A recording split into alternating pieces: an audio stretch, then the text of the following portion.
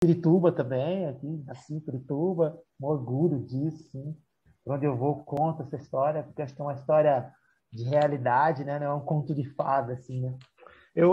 Quando garoto, eu fiz Senai, aqui na Uhum. Leopoldina mesmo, na região de casa, era que das formações para você entrar no mercado de trabalho era uma ferramenta que existia na época e existe até hoje no Senai. E eu entrei no mundo da corrida de uma forma bem inusitada, né? Bem diferente. Eu tive a prática esportiva na escola pública, naquele período não dava só futebol, eu tinha um professor muito bacana que aplicava corrida, jogava basquete, enfim. Minha infância, eu tive esse contato, meu primeiro contato foi na infância do esporte, né? Mas a Uhum. corrida, propriamente dito, ela teve eu tive uma experiência interessante, porque eu fui conhecer a corrida já como deficiente, né? Existem duas formas de você ser deficiente. Ou você nasce com a deficiência, ou você adquire. No meu caso, eu adquiri minha deficiência por um acidente de trabalho. Eu trabalhava no metrô de São Paulo já há mais de 15 anos já de trabalho, tinha domínio do que eu fazia. E um dia de trabalho eu fiz uma manobra, pilotando um guindaste, operando uma ponte rolante. Uma peça caiu em cima de mim, que Meu veio de Deus. de uma prateleira. Foi um momento muito Nossa. difícil para a minha vida, assim. E eu era um cara sedentário, né? Quando eu sofri meu acidente, eu era um pai de família, né? Como todo bom brasileiro. Na época eu tinha dois filhos, morava já em apartamento, casado com a Sandra, minha esposa. Então, e o meu contato com o esporte, ele veio por conta da minha deficiência. Ele veio por Uhum. conta da minha deficiência, né? A prática de corrida. Eu fiquei 2 anos e meio afastado do trabalho. Quando eu volto para o trabalho, que eu não quis me aposentar por invalidez, eu fui encontrar com um cara chamado João Bernardo das Neves. O João Bernardo é um cara muito importante nesse meu contato com o esporte, porque o João ele era um corredor um maratonista Uhum. de marcas extremamente importantes. O João correu 2 horas e 12 numa maratona no Rio Grande do Sul. Foi um cara que teve índice para Pan-Americano, era um cara muito bom, mas que ele teve que tomar uma decisão de abandonar o esporte profissional para poder sustentar a família. Porque a gente sabe que na época era muito difícil até os dias de hoje é difícil você conciliar uma carreira esportiva com uma vida social, né? Por conta do dinheiro. E o João trabalhava no metrô de São Paulo e eu já trabalhava com ele, já conhecia a história dele, já sabia quem ele era. Só que aí, quando eu voltei ao trabalho, depois do meu afastamento, eu fui trabalhar com o João, diretamente com o João. E esse dia foi incrível, porque a gente começou a trabalhar junto, na mesma bancada. Eu Uhum. estava fora de forma, eu tinha muitas queixas, né? Eu tinha muitas e muitas queixas, inclusive a minha deficiência era uma queixa naquele momento, né? E o João, sem massagem, sem anestesia, sem muito carinho, disse o seguinte para mim: falou assim, olha, Renato, tem um monte de gente na mesma condição que você que pratica esporte. Você não faz porque você não quer. Essa foi a palavra do João. Assim, eu me senti extremamente provocado à prática esportiva, Uhum. porque a minha deficiência, ela me provocou a olhar para as pessoas. Eu queria entender melhor a minha deficiência, o que eu não poderia fazer com essa nova formatação que eu estava tendo. E o esporte foi essa ferramenta, assim, muito clara para mim, é muito fácil falar sobre isso, da presença da presença do esporte, principalmente da corrida na minha vida, porque ela foi extremamente transformadora, assim, primeiro antes dos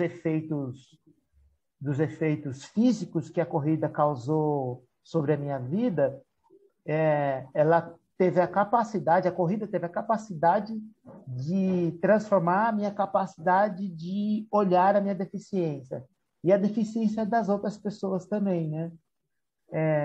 Porque eu tinha a sensação, eu tinha a crença de que a minha deficiência, por exemplo, eu não poderia mais andar, era uma realidade, era um pensamento que eu tinha.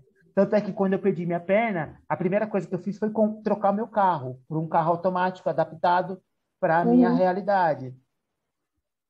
E assim, foi muito interessante, porque a corrida desconstruiu isso. Ela teve a capacidade de desconstruir esse pensamento que eu tinha, das limitâncias que a sociedade e eu também enxergava das pessoas com deficiência. Então, é muito claro para mim que quem fez isso foi o esporte, foi a corrida de rua. Foi a corrida Sim. de rua. Foi algo incrível, assim. A minha primeira experiência na corrida de rua, ela aconteceu no dia 4/8 de 2008.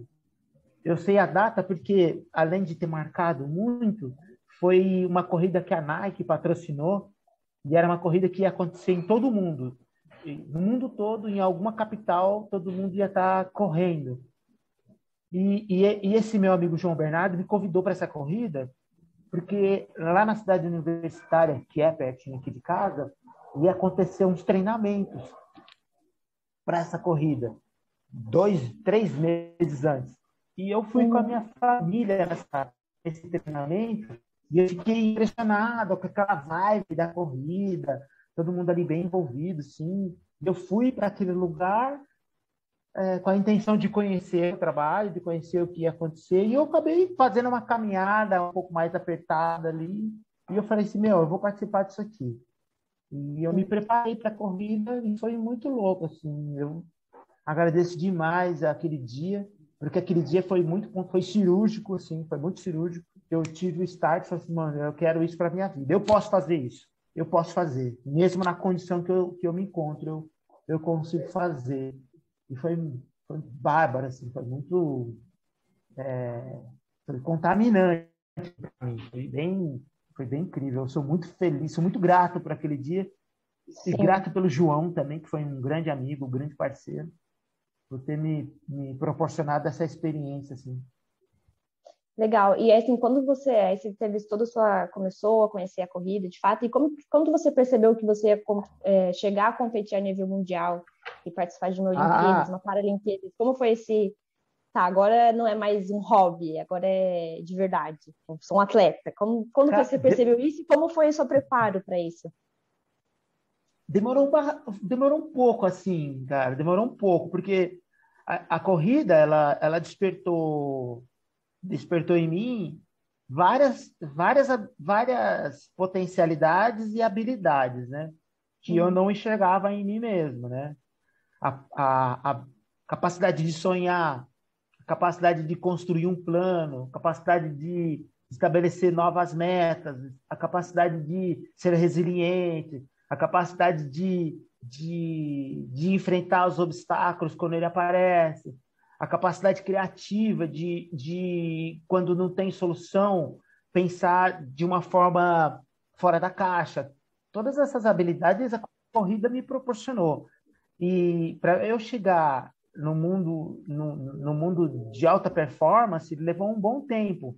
E eu acho que o legal é eu contar compartilhar com você esse início, porque ele talvez se identifique com o seu público que talvez esteja no início da corrida, ou até mesmo para quem deseja começar a correr assim, porque quando eu fui para essa corrida, era uma corrida de 10 quilômetros, a minha primeira corrida era uma corrida de 10 quilômetros.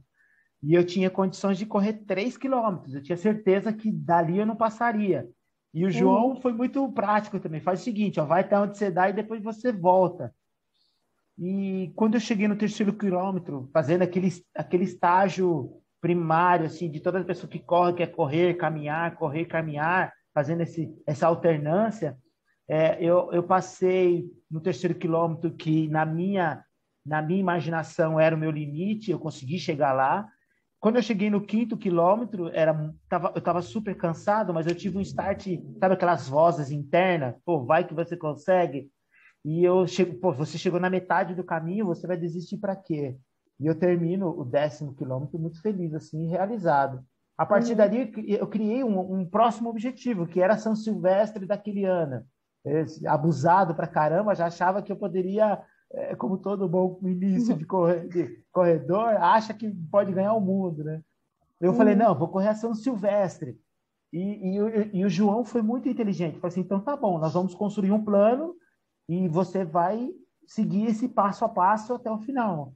Então, eu treinava 2 vezes por semana, depois aumentei para 3 vezes por semana, treinava um dia assim, descansava outro. E o João foi estabelecendo uma planilha pela sua experiência que ele já tinha de corrida, e as coisas foram evoluindo, assim, foram evoluindo, evoluindo. E eu corria São Silvestre daquele ano muito feliz, assim, muito realizado. Para mim era importante aquela corrida, porque eu queria celebrar a vida do meu pai, a importância que ele teve na minha vida, ele já não mais existia, minha mãe também já não existia, então eu queria usar aquela corrida como uma conexão do meu passado, assim, para Uhum. mim ressignificar talvez a minha infância, né?